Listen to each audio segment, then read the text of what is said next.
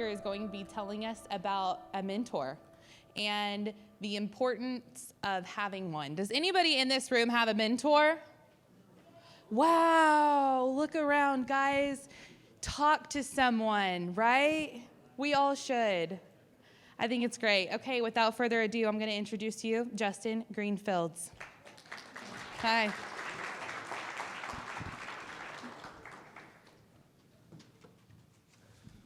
Well, thank you, everybody. Great event. And let's thank Tim again and his mission with Not Your Average Joe.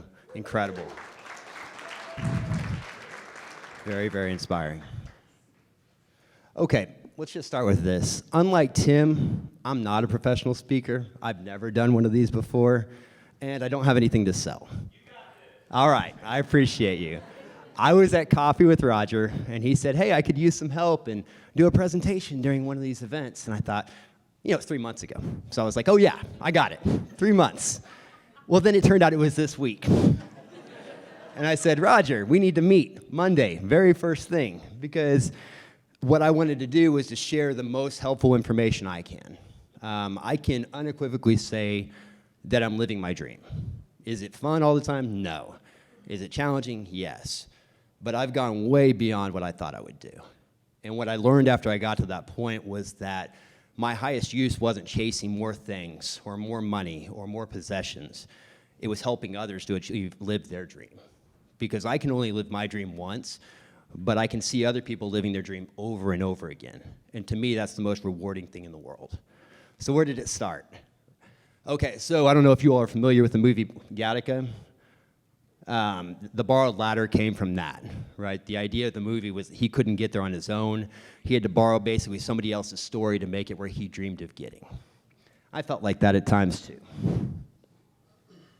So click. All right, this was when I moved to Oklahoma City. So I grew up solidly middle class, Ponca City, normal life. My dad was military. He was with Tinker and got transferred to Oklahoma City. So I thought, great, I'm gonna move along with him, have this brand new life. But I went from a middle-class life in Ponca City with my mom and my stepdad to a trailer park at Southwest 29th and MacArthur in Western Heights. So it was a very big change, and it was a long ways away from my dreams, I will tell you that. But no matter what, it was still fun. You know, I was enjoying the ride. I was excited about where we were going. I didn't know any different. Click, click. Okay. By everybody who's seen this poster and has some attachment with this poster, I would love for them to stand up right now. Anybody? Anybody seen this poster as a kid and had it resonate with you? You're already standing. I love that. Stand up, brother. Help me. Come on, creating some emotion. We're all sitting. We need to move, right? Energy is what creates action. Action is what creates results, right? So the bigger the energy we bring, the more likely we are to succeed. Low energy does not get us where we want to go, okay? I had this on my wall. I dreamed about it. This was what I thought. All the cars counted out, starting with the Ferrari. Okay, so candidly, that's why I went to college. I wasn't going to go to college, and I was looking at the undergrad programs. I was like, where's the Ferrari track? I'm just looking for that. You know, if the guidance counselor could show me that. And then I graduated from, nearly dropped out. I majored in engineering because I thought engineers were rich and drove Ferraris. This is why mentors are important. Could have lost 5 years there, right? Luckily, it was just a semester of hell, and I thought I was stupid. And I found out I wasn't stupid. I just, not paying attention in high school was kind of important. Okay. So I go to law school without knowing a lawyer. Lawyers are rich, right? My Ferrari's going to be there. So, but going back, you know, I'm standing here with that dream, and the reason why I'm standing here today is I didn't give up on my dream. There were so many chances, and especially doing it the conventional way, because when you do it the conventional way, we're among entrepreneurs here, we're among friends. Generally, when somebody's working for you, you want them to stay there. You want everything to stay, and so people aren't telling you how great you can be, what you can do, that your dreams can be a reality. And because of that, we often give up before we achieve them. Okay, this is me as a 16-year-old kid in Florida. I managed to find a dealer that would let me sit in this Ferrari, and I just had the shutters and the shakes. It was otherworldly for me at the time because, you know, we didn't have a family. We didn't have like we had normal cars. We had a normal life. It was great, but it wasn't anything extra. So because I didn't have mentors close, I needed to find my mentors somehow So the first mentor that I really stuck with was Brian Flanagan from Cocktail. You should go on one of those. Tomorrow? Get some fun. You know, there's a guy who makes these. One guy. He must be exhausted. Yes, he is. But still, he gets up in the morning and he kisses his wife and he goes to his drink umbrella factory where he rips off 10 billion of these a year. This guy's a millionaire. How about the guy who makes these? How about that guy? I mentioned it. Guy who makes these. And those little wrappers are made by another guy? What about these plastic things at the end of these laces? He's probably got one of those weird names, too, like Flugelbinder or something. Flugelbinder, right. We sit here and we're surrounded by millionaires. You rack your brains day and night to try to come up with a money-making scheme, and some guy corners the Flugelbinder market. Aw, poor baby, he's So starting with frustrated. Brian, right? The man that had the dream much bigger You get than a his bar job, position in keep life. your days free for your real gig. And then next slide. You should go. Thank you. All right. So I was in college when Boiler Room came out, just starting freshman year. And again, I wanted the Ferrari. I wanted to be rich. So when I saw this movie in the preview, this spoke to me.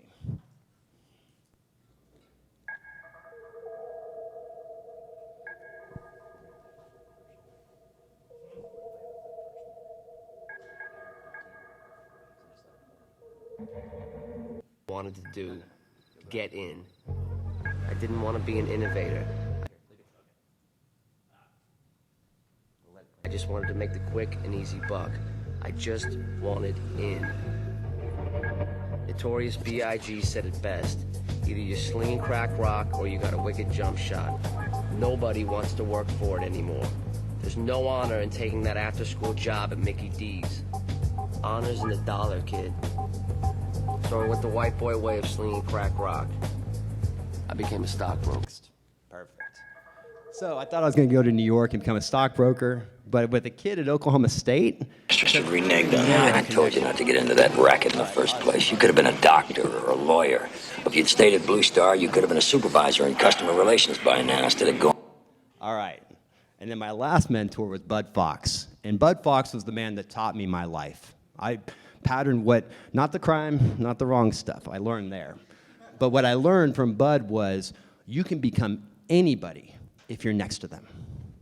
Anybody in the world. We have all come from places a long way from where we're standing today. You know, coming in today, I couldn't believe I'm standing on the stage. It's very strange. I didn't stand on any stages growing up. But he dreamed it. The next step was to not let other people take him down off of his dream. You'll notice the people around you, for their own reasons, are going to tell you all the reasons why it's not practical for you to live your dream and why it can't happen. My mission was to separate from those people and get around the people that told me it could.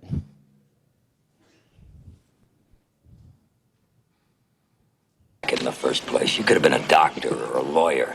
If you'd stayed at Blue Star, you could have been a supervisor in customer relations by now instead of going off and being a salesman. Dad, how many times I gotta tell you, I am not a salesman. I'm an account executive. Pretty soon I'm moving to the investment banking side of the firm. You get on the phone and ask strangers for money, right? You're a salesman. Dad, it takes time. You gotta build a client list. I'm doing that. You know, I can make more money in 1 year as a broker than I could in 5 years at this airline. Thank you, Billy. Thanks. I don't get it, kid. You borrow money to go to NYU. The first year out, you make 35 grand. You made 50 grand last year, and you still can't pay off your loans. Where the hell does it all go? Dad, 50K does not get you to first base in the Big Apple. Not anymore. Look, I got 40% in taxes, 15 grand for rent. I got school loans, car loans, food. Parked my car. That's 3 bills a month. I need good suits, $400 a pop. So shoes. come back home and live rent-free instead of that roach-infected place you're living in. $50,000. Jesus Christ, the whole world's off its rocker. You know, I made a total of $47,000 last year. That's before taxes. That's Queens, Dad. A 5% mortgage and you rent the top room. Look, I gotta live in Manhattan to be a player. There is no nobility in poverty anymore, Dad. One day you're gonna be proud of me. You'll see. It's yourself you gotta be proud of, Huckleberry. All right. So I did it the right way.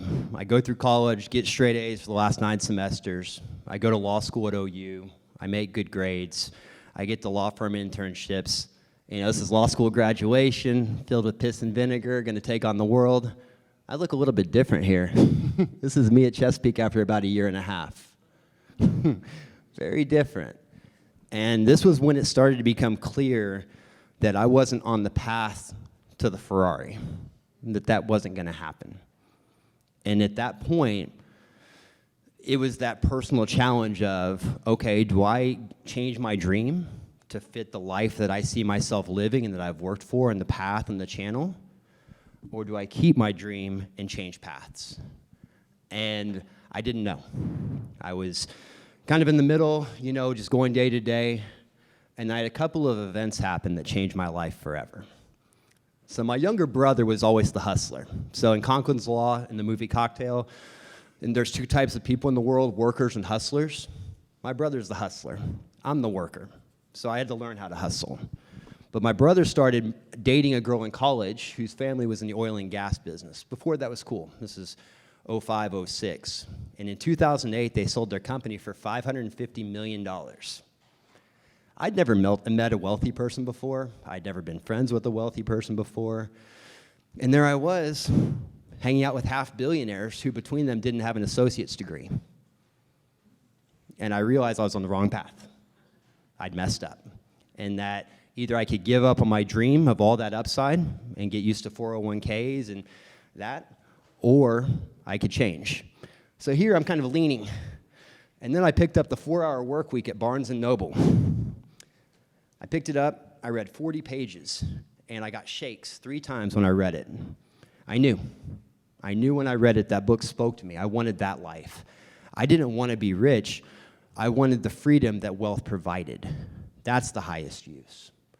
And so I bought the book, and I put it on my kitchen table in my apartment. How much time do I have? 12 minutes? Okay. I put it on my table in my apartment, and I walked by it for 2 weeks because I knew if I read it, I had to quit my job. And I had a shit day one day.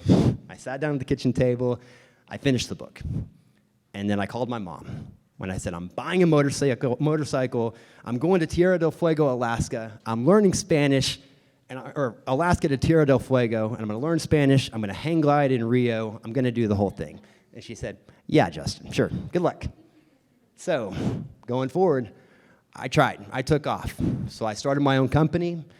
No friends, no relationships, no connections. Being the smartest kid in the room isn't important in business, not when you're doing business person to person. It's actually a little bit off-putting. My law school training was terrible for that because they ranked us by class rank, 1 to 179.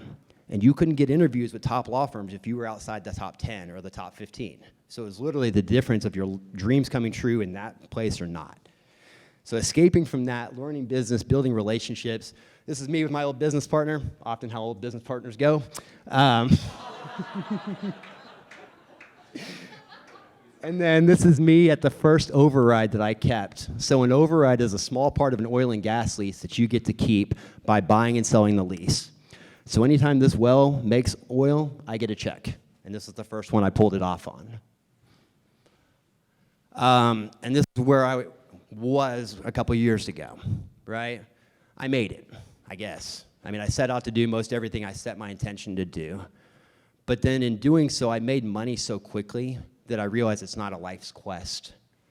That's not the meaning.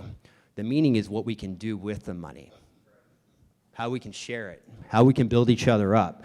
And as entrepreneurs, we're the front line of that. The corporation's gone. The gold watch is gone. The 50-year retirement's gone. So it's on us to take care of our friends, our family, our citizenry, the special needs. Everybody we see can be taken care of through business. That's the way to do it, and that's why I'm here, is to meet people like you and to be inspired. Thank you. All right, so I learned some rules from here to there, okay? And I want to share these rules with you because they're important, and they seem to be known by the kids. I picked up my daughter today at Heritage Hall. I went to Western Heights, okay? Our lives are very different. So most of the kids I do business with, most of the people I do business with, they're generational, right? They've got the initials by their name and the parents' name for the private schools. It doesn't mean anything. We can catch up, right? Because we didn't come from there. And from us, those kids Not everybody, but a lot of kids started at third base, and they got home, and they think they hit a home run. A lot of us, we snuck into the baseball field. I couldn't afford the ticket, right? So I would sit by the sidelines in the seventh inning because they wouldn't look. And my brother and I would sneak in the summer before my junior and senior year at the Red Hawks games, right? So here's some rules, and they're important, okay? Number one, you are the product of the 5 people you spend the most time with. They determine what normal is, and they also determine what you're likely to become. So Dre's old homies, right? Easy's dead. Got AIDS, is dead. Ice Cube went on to film. Dre went on to do his thing. Yella and those guys, they kind of disappeared, right? Look at Dre's new homies. This is when he sold Beats and became a billionaire. Dre had always said his intention, he wanted a better life and to get away from the violence, and he did that. Rule number 2, you cannot build an abundant life with a fear or scarcity mindset. Your thoughts become things, your things become reality. Your thoughts become your present becomes your past. So it's very important to stay out of the scarcity loop, the fear that you don't have enough money, the anxiety, I don't have enough. Now I'm in fear mindset, so I'm making poor choices.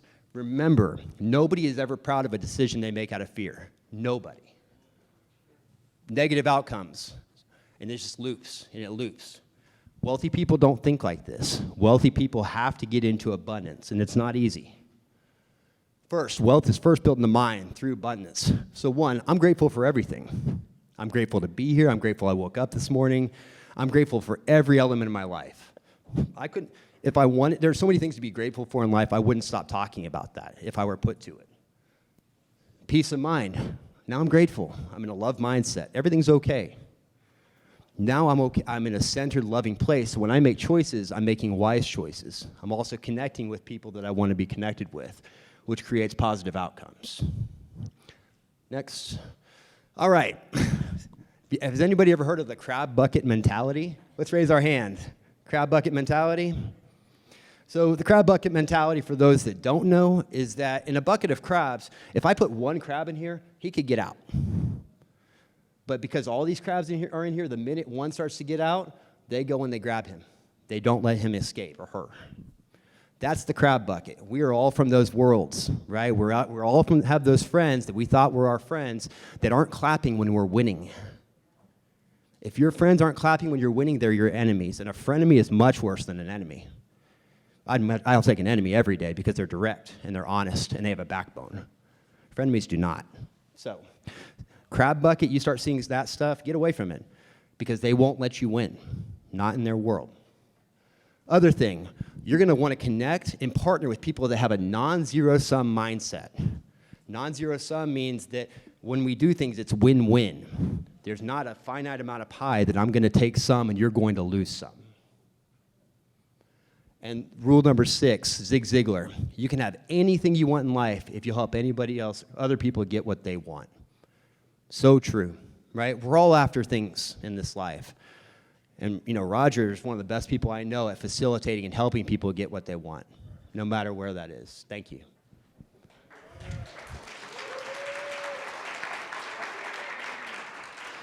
Now, I noticed there was a little bit of a split in my presentation because I show Wall Street and I show Boiler Room, and at the end, both of those guys get arrested. And that's the truth. You cannot build a dream life by doing the wrong things, period. You have to do the right things over and over and over. I was lucky I went to law school and they gave me the speech. So I sat down in 2004, look left, look right, and then somebody's going to be a mayor and somebody's going to be a state senator and there might even be a Supreme Court justice in here. And I'm like, BS. We're in cargo shorts and T-shirts. This isn't happening. But in my class, there was a state Supreme Court justice in my section, actually, and now he's on the federal bench. And so those 3 years I spent with those people will reverberate for the rest of my life in these relationships. Because when you do the right thing over and over and over again, you don't burn bridges. You don't burn part of your future. And so everything's open. Finally, you cannot effectively teach something you don't know. Okay? And the thing I've noticed is there's a lot of people that want to do it on their own. I pulled myself up by my bootstraps. I did it all on my own. the gift I've had from going from a trailer to high net worth and living in Heritage Hills and having that perspective, wealthy people help each other, right? Wealthy people's kids don't have to apply for jobs. It's taken care of. This is a network.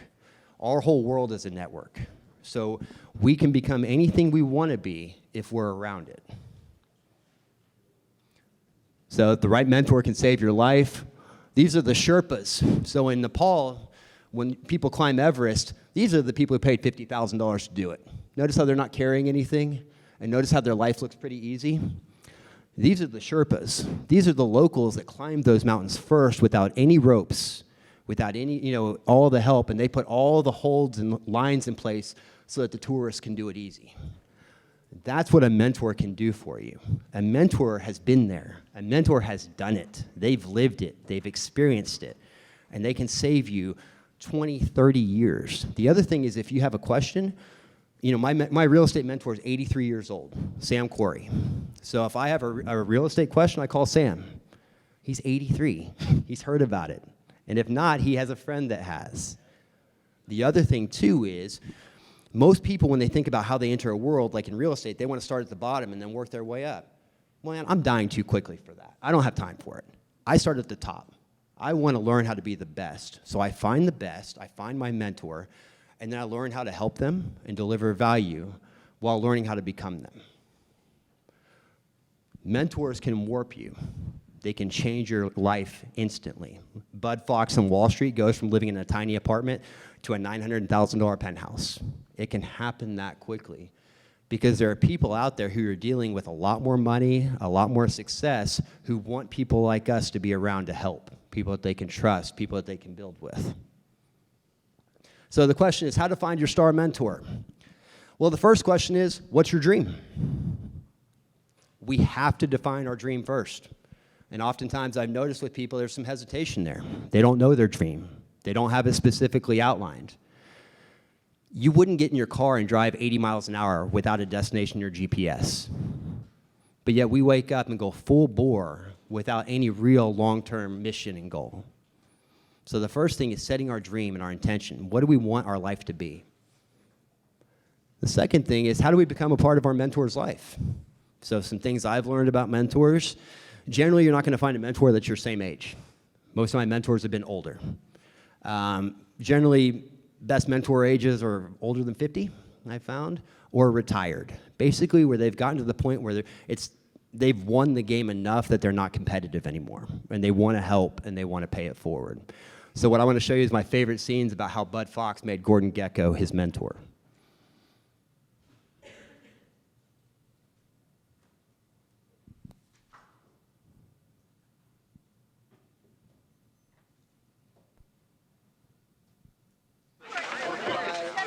Buddy, when are you going to realize it's the big game hunters who bag the elephants, not guys like us? Gordon Gekko, please. Oh, Gekko. Gekko's beautiful. 30 seconds after the Challenger blew up, he's on the phone selling NASA stock short. Mr. Nice Guy. Yeah, but $47 million he made on the milk deal. 23 on the Imperial deal before he was 40. Yeah. Guy makes 20 times what Dave Winfield makes in a year, and he talks to everybody. And he had an ethical bypass at birth. Hello, Natalie. Guess who? That's right. Every day I say to myself that today could be the day. So what do you say, Natalie? Will you marry me? That's terrible. Then can you please get me through to Mr. Gekko? It concerns his future. Well, of course he's busy, and so am I. 5 minutes, that's all I'm asking. Next one. Hey, let's pause that really quick, because I want to intro this. So Bud calls his secretary over and over and over again to get close to Gekko, because he knows if he can I'm counting the deal, Gekko, okay? Gekko will see something in Bud, and Bud can become Gekko. But how do you get to a guy like this, right? So first is the persistence and the calling. And second, Bud Fox read the article in Fortune where Gekko's favorite cigar is a Davidoff. So he brought a box of Davidoffs. What? Oh, sorry. He brought a box of Davidoff cigars when he saw Gekko for the first time. That's the other important thing with your mentors. Make sure to deliver value. Those people are often used to people trying to take from them, get from them. And so if you can give to them, buy them coffee, buy them lunch, buy them dinner. They're used to paying everywhere.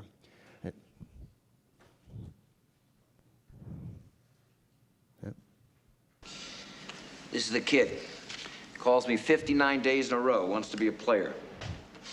Ought to be a picture of you in the dictionary on our persistence, kid. Yeah. Now listen, Jerry, I'm looking for negative. All right. And then that last one's.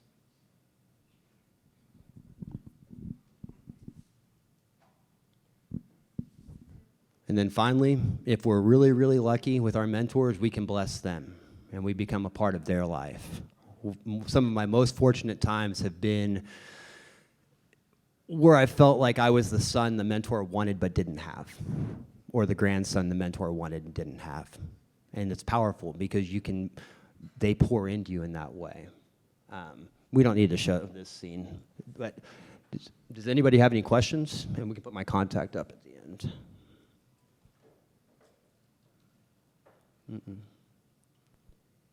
We don't, yeah. All right. Well, thank you all. I appreciate it very much.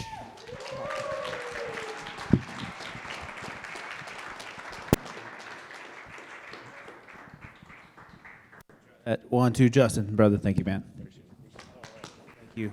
Let's give him another round of applause.